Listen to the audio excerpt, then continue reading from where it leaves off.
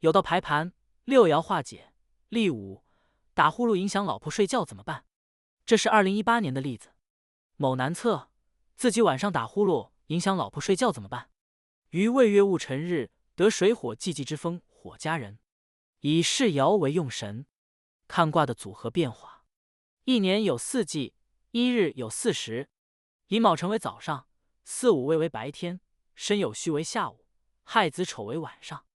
世爻临亥水在3爻，三爻为床，亥水为晚上，就是晚上上床睡觉。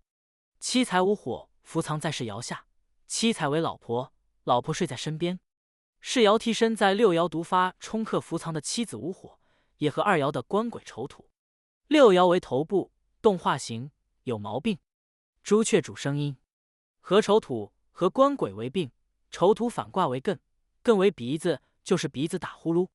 冲克了是爻下伏藏的七财无火，就是打呼噜影响到了老婆，卦的组合非常玄妙。世爻本克七财，凌空王不克，主自己不想影响老婆睡觉。虚土暗动克世爻，日月克，忌神叠叠，打呼噜不是大问题。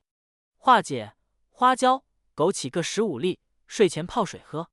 好了，案例结束前推荐有道排盘拼音加点 com 进行排盘，欢迎使用。